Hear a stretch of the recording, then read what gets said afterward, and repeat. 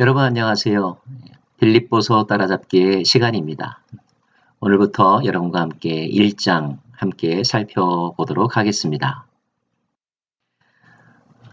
모든 서신서에서 바울은 먼저 인사말을 나누죠. 그리고 어떤 서신서는 그 교회 성도들을 향한 바울의 기도가 적혀져 있습니다. 1장에서도 그러한데요. 바울이 빌립보 교회 성도들을 생각하면서 드리는 기도는 무엇일까요? 9절 말씀부터 보면 내가 기도하노라 너희 사랑을 지식과 모든 청명으로 점점 더 풍성하게 하사 너희로 지극히 선한 것을 분별하며 또 진실하여 허물 없이 그리스도의 날까지 이르고 예수 그리스도로 말미암아 의의 열매가 가득하여 하나님의 영광과 찬송이 되기를 원하노라. 하나님 앞에 드리는 빌립보 교회 성도들을 향한 바울의 마음입니다. 특별히 여기서 지극히 선한 것이라는 단어를 여러분이 기억하시면 좋겠습니다. best of the best. 좋은 것들, 탁월한 것들 중에서도 지극히 선한 것. 그것이 무엇일까요? 사도 바울은 기도하기를 우리 모두가 그것을 분별하기를 원한다고 그렇게 고백하고 있습니다. 분별력은 참 중요하죠. 이 세상에 좋아 보이는 것들이 얼마나 많은지 모릅니다. 그러나 그 가운데서 지극히 좋은 것은 단 하나뿐이겠죠. 그것을 분별할 수 있는 능력, 영적인 능력, 그런 눈과 그런 귀가 있다면 그는 얼마나 복 있는 사람일까요? 이 기도 내용을 정리해보면 우리의 사랑에 우리의 지식과 총명이 더해져서 분별하게 되고 또 온전하게 되고 또 풍성한 의의 열매가 많이 맺혀져서 결국 우리의 삶이 하나님께 영광이 되고 또 하나님께 찬송이 되는 삶을 살기를 원하노라. 이것이 바울의 기도인데 이것은 그때 그 교회 성도들뿐만이 아니라 지금 이 시대에 우리가 사랑하는 사람들을 위해서 아니 나 자신을 위해서도 드려야 될 기도인 줄로 압니다. 자, 그렇다면 사도 바울에게 있어서 지극히 선한 것은 무엇일까요? 무엇이 중요하고 가치 있는가에 대한 생각을 우리가 가치관이라고 말하는데 1장에는 바울의 가치관을 엿볼 수 있는 그가 생각하는 가장 지극히 선한 것이 무엇인지를 알 수 있는 그런 표현들이 몇 군데 나옵니다. 먼저 1장 12절 말씀을 보면 형제들아 내가 당한 일이 도리어 복음 전파의 진전이 된 줄을 너희가 알기를 원하노라. 이런 말씀이 있습니다. 이 말씀의 뜻은 내가 그리스도 때문에 잡히게 되었는데 그것이 알려지게 되자 많은 형제들이 더욱더 두려움 없이 하나님을 전하게 되었고 그것 때문에 바울은 오히려 행복하다. 이런 말입니다. 또 18절에 보면 그러면 무엇이냐 거칠이로 하나 참으로 하나 무슨 방도로 하든지 전파되는 것은 그리스도니 이로써 나는 기뻐하고 또한 기뻐하리라 라고 하는 말씀이 있습니다. 당시에 그리스도를 전파하는 전도하고 또 선교하는 사람들의 그 동기와 방식에는 다양한 차이가 있었었고 그 중에 어떤 사람들의 동기나 방법은 좀 문제가 있었습니다. 좋은 뜻으로 하는 사람들도 있었지만 시기와 다툼으로 하는 사람들도 있었다는 거죠.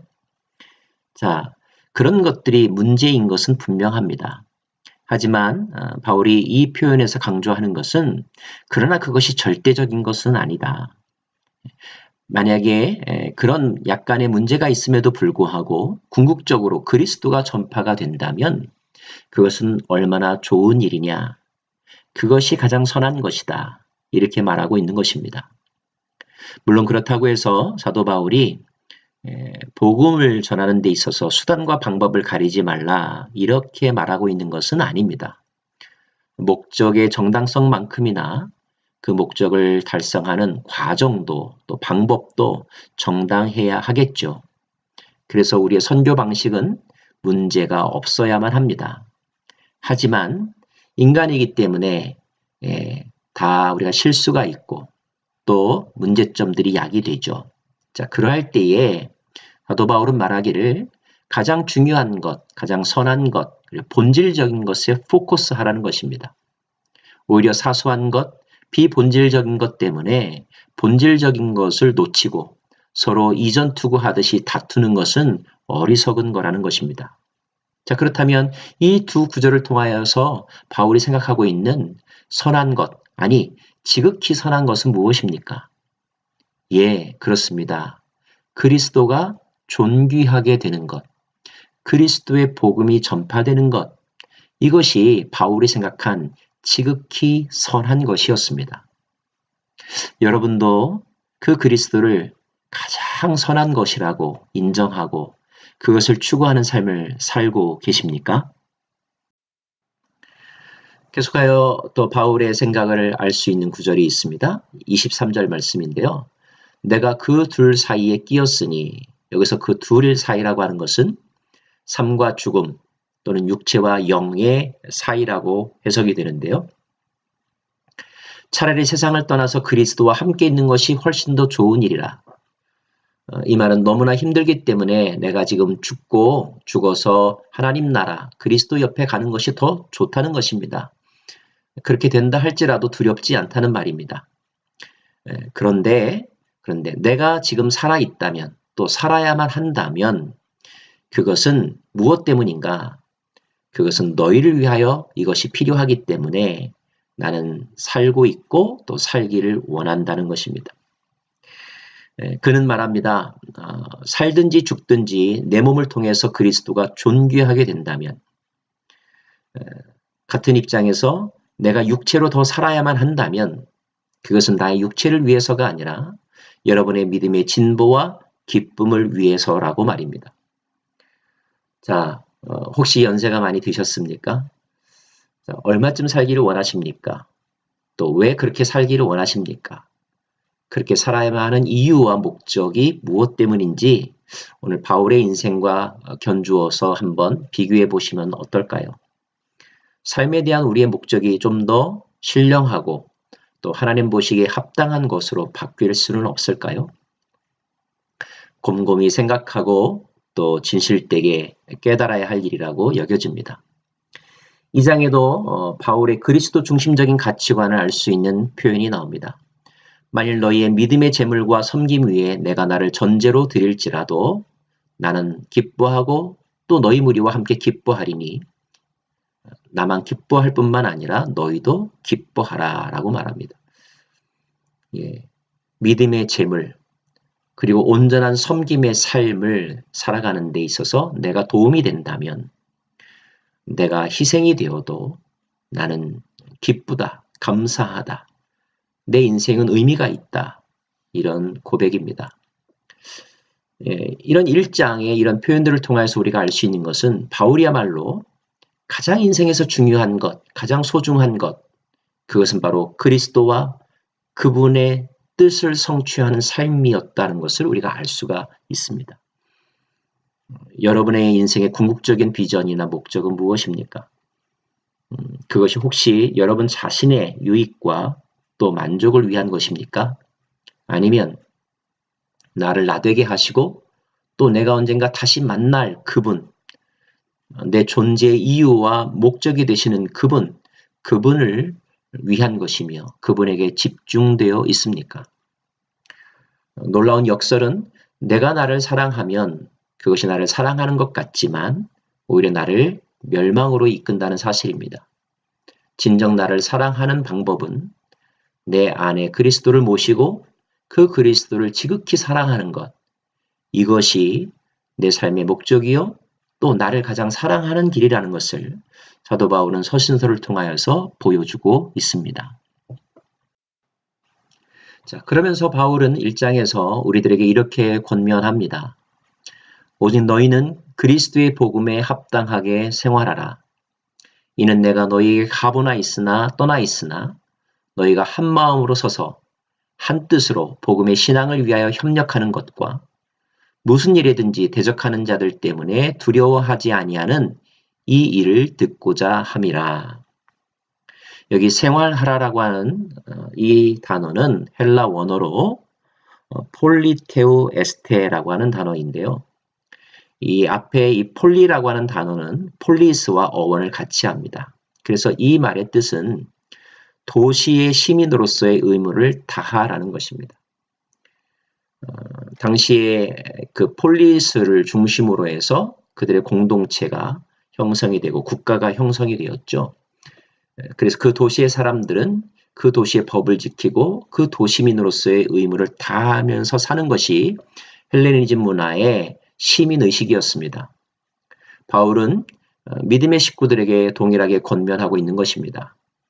너희는 그리스도의 복음에 합당하게 그 의무를 다하면서 살아야 한다. 이런 권면입니다. 자, 왜 그렇게 살아야 할까요? 복음에 합당하게 살아야 하는 이유는 무엇 때문일까요? 그것은 우리가 한 성령 안에서 굳건히 서서 한 마음으로 믿음 생활을 위해 함께 달려가기 위해서입니다. 또한 어떤 원수나 대적자들, 공격자들의 엄포에도 놀라지 않기 위해서입니다. 또한 그분을 믿을 뿐 아니라 그분을 위해 고난도 넉넉히 감당하기 위해서 복음에 합당하게 살아야 한다는 말입니다. 특별히 여기에 굳건히 서서라고 하는 말, 스테케테라고 하는 단어가 있는데요. 이 단어는 마치 로마 병사들이 스크럼을 짜고 방패로 자신들의 몸을 가리고 창을 들고 전쟁터에 임하듯이 한 팀이 되어서 굳게 서로 결속하여 살아가야 한다라는 그 이미지를 생각하면서 사용한 단어입니다. 자, 이렇게 한 팀이 되어서 서로 끊어지지 아니하고 한 몸이 될 때 그들은 끝까지 달려갈 수 있으며 대적자들의 공격에도 그들은 방어할 수 있고 어떠한 고난도 감당할 수 있다는 것입니다. 자, 바울은 이렇게 그들에게 복음에 합당한 삶을 권면하면서 자신과 빌립보 성도들 또 모든 크리스찬들은 그와 같은 동일한 상황 가운데 있다고 말합니다. 즉 그런 싸움의 현장에 있다는 거죠. 그리고 자신도 지금 감옥에서 싸우고 있다라고 말하면서 자신의 싸움의 비결, 노하우를 그들에게 빌립보 성도들에게 강조하고 있는 것입니다. 복음에 합당하게 살아야 한다. 이렇게 말입니다. 사랑하는 여러분, 시대는 점점 더 혼란스럽고 또 복음을 향한, 기독교를 향한, 그리고 교회를 향한 많은 공격들이 아주 교묘하고 또 직접적으로 가해지고 있는 이 시대 속에 우리가 있습니다. 자, 우리는 어떤 가치관을 가지고 살아가고 있는지, 또 어디에 굳게 서 있는지 자신의 영적인 현주소를 살펴보면서 오늘 사도 바울이 우리에게 권면한 말씀, 복음에 합당하게 살아라. 복음에 합당하게 굳게 서서 끝까지 싸워 이기라고 하는 그 권면의 말씀을 우리의 마음속에 새기고 그 싸움의 승리를 위하여 오늘도 기도하며 순종의 길을 걸어갈 수 있기를 간절히 빕니다. 축복합니다, 여러분.